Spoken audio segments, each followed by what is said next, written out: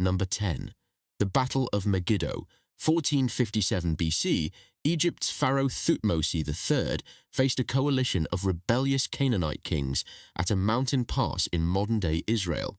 His generals warned him to take the longer, safer road. He didn't listen. He led his army through the narrow Aruna Pass himself, a move so reckless it should have ended in massacre. Instead, it ended in total Egyptian victory.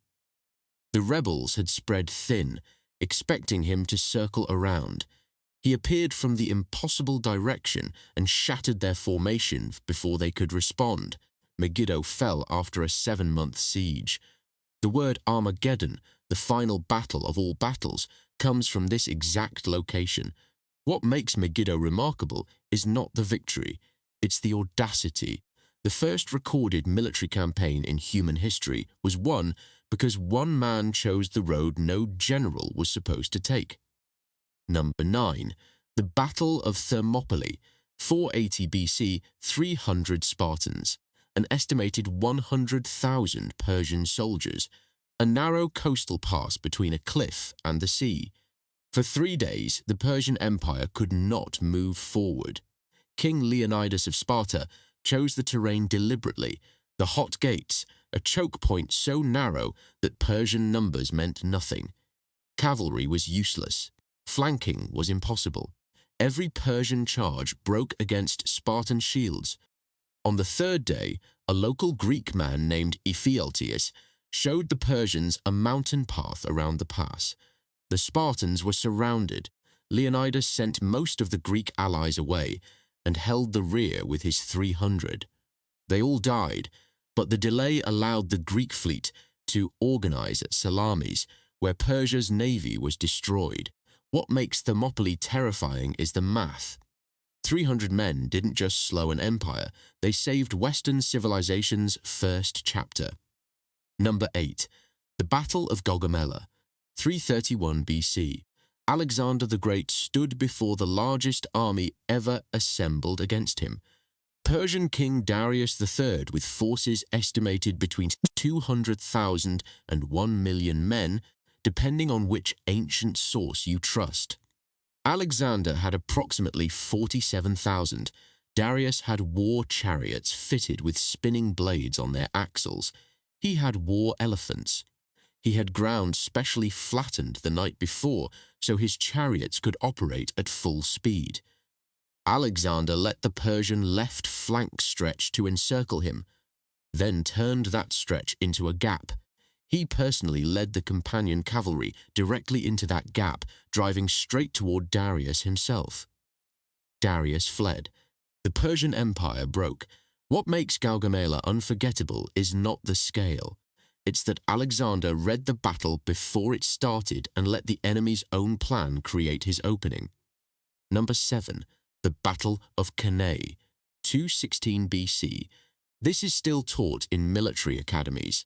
Carthaginian general Hannibal Barca faced a Roman army nearly twice his size, somewhere between 70 and 80,000 Roman soldiers against roughly 50,000 Carthaginians. Hannibal deliberately weakened his center. Roman legions, trained to push forward, drove deep into it. Then Hannibal's stronger wings closed inward from both sides. The Romans were completely encircled, so tightly packed they could barely raise their swords. Estimates suggest 50 to 70,000 Romans died in a single afternoon. It remains one of the highest death tolls in a single day of battle in all of recorded history. What makes Cannae disturbing is how simple the trap was. Hannibal didn't need superior numbers. He needed Romans to do exactly what Romans always did, attack straight ahead. Number 6. The Battle of Zama, 202 BC, 17 years after Cannae, Rome got its answer. Scipio Africanus faced Hannibal himself on an open plain in North Africa. Hannibal had 80 war elephants, a weapon Rome had never found a reliable counter for. Scipio opened lanes in his formation. When the elephants charged, Roman soldiers stepped aside. The elephants ran through empty corridors and were redirected off the field. Hannibal's greatest weapon was neutralized in minutes. What followed was a mirror of Cannae. Scipio used Hannibal's own double envelopment tactic against him. The student had studied the master so completely that he beat him with his own method. Zama ended the Second Punic War. Carthage never fully recovered. What makes Zama extraordinary is what it proves: that the most dangerous military mind in the ancient world was eventually out-thought, not outpowered, by someone who had spent years reading his battles. Number 5. The Battle of Actium, 31 BC. This was not the largest battle of the ancient world, but it decided who would rule it. Octavian, the future Emperor Augustus, faced the combined fleet of Mark Antony and Cleopatra off the western coast of Greece. Antony had more ships, Antony had more men, but Antony also had a problem. His fleet was weakened by disease. His troops were deserting, and Cleopatra arrived with her Egyptian treasury, not her best sailors. The battle began with coordinated movement, then collapsed into confusion when Cleopatra's squadron broke through the Roman line and fled south. Antony followed her. His remaining fleet, leaderless, surrendered. Within a year, both Antony and Cleopatra were dead. Octavian became the first Roman emperor. What makes Actium unsettling is how little the fighting mattered. The battle was decided not by swords or rams, but by a single decision to run. Number 4. The Battle of the Teutoburg Forest. 9 AD, Rome lost 3 entire legions here. 17,000 soldiers, gone in 3 days. Germanic chieftain Arminius was not a barbarian outsider. He was a Roman auxiliary officer who had served in Rome's army for years. He spoke Latin. He understood Roman tactics.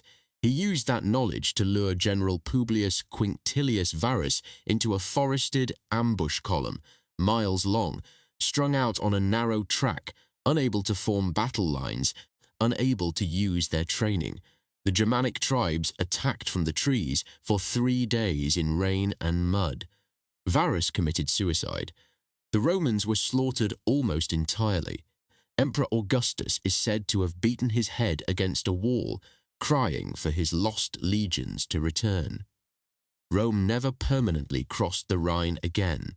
What makes Teutoburg uniquely terrifying is the betrayal at its core. Rome was not defeated by a superior enemy. It was destroyed by someone it trusted. Number 3.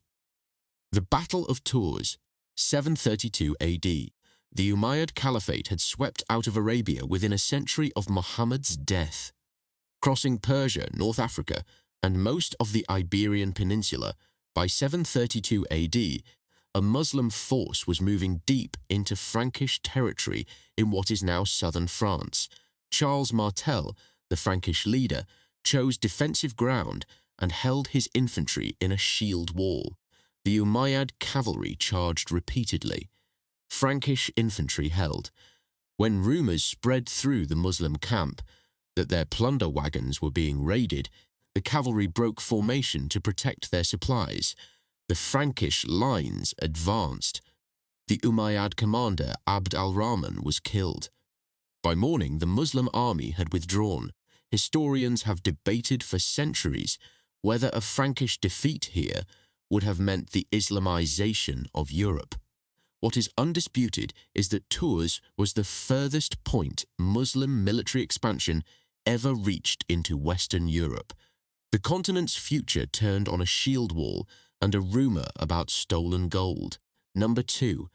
The Battle of Hastings, 1066 AD. The last successful invasion of England. William of Normandy landed on the southern coast with approximately 7,000 soldiers.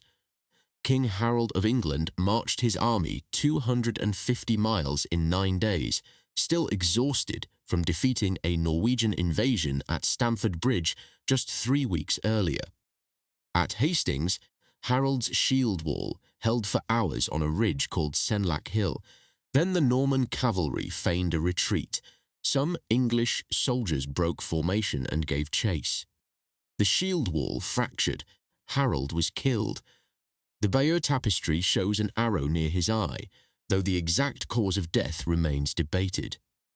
William took the crown. The English language absorbed thousands of Norman French words. The ruling class, the legal system, and the architecture of England transformed completely.